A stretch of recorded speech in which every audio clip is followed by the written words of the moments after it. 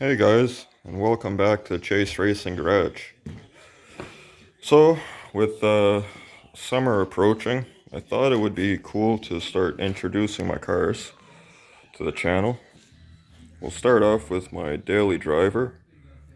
It's a 2000 Volkswagen Beetle, 1.8T. I acquired this car about 4 years ago for 150 bucks. The chassis is actually pretty nice. There's no rust or fuck all. I've been keeping up on it. Uh, so it's a 180. I drove it stock for about 2 years, and then I decided to build a motor and go with a big turbo setup. Just want a little more jam. So, uh, I started off just stock motor, stage two setups, and I was just turning them up, expecting a little too much out of these stock motors. Ended up shitting rods out of one and melting down another, but both of them were pretty well my fault.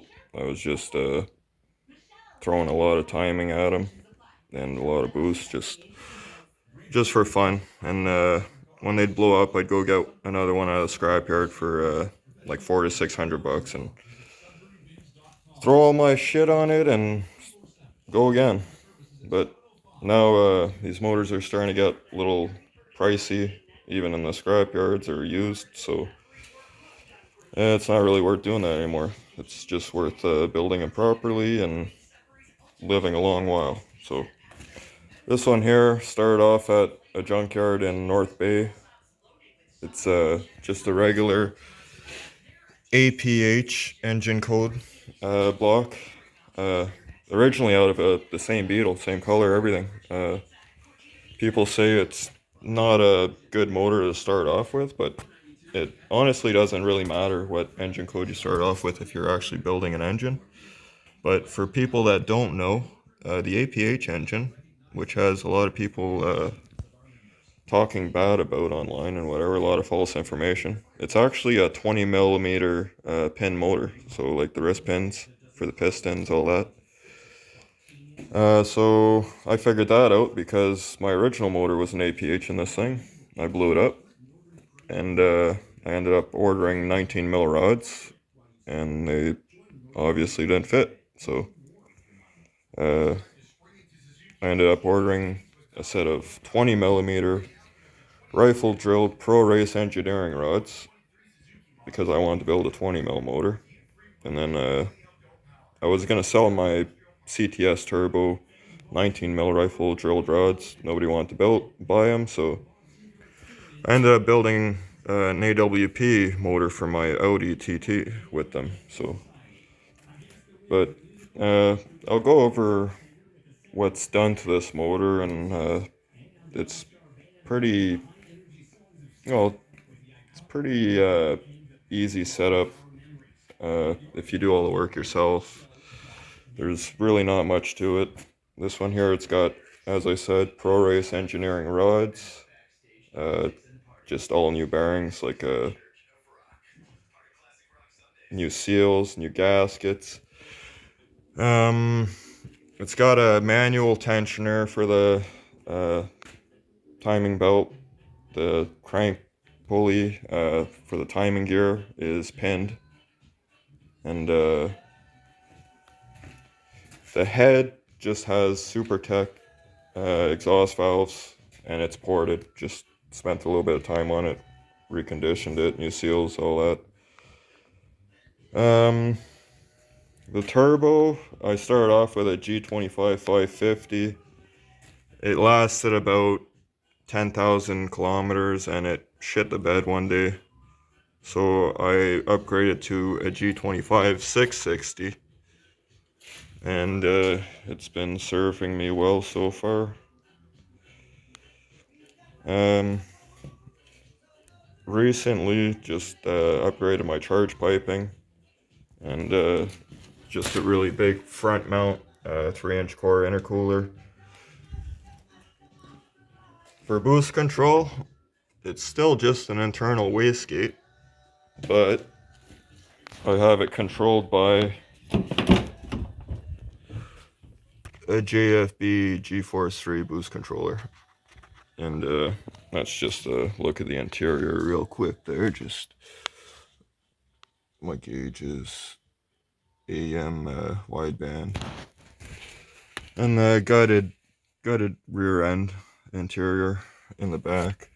The car weighs about 2,500 pounds. For an exhaust system, it's just one of those 3-inch stainless eBay kits that you would typically have bolted to the stock turbo. The piping and all that's good, it's stainless, so I just built my downpipe and I V-band it into that. So right where your shifter box would be, I have a big round Borla muffler acting as kind of like a resonator.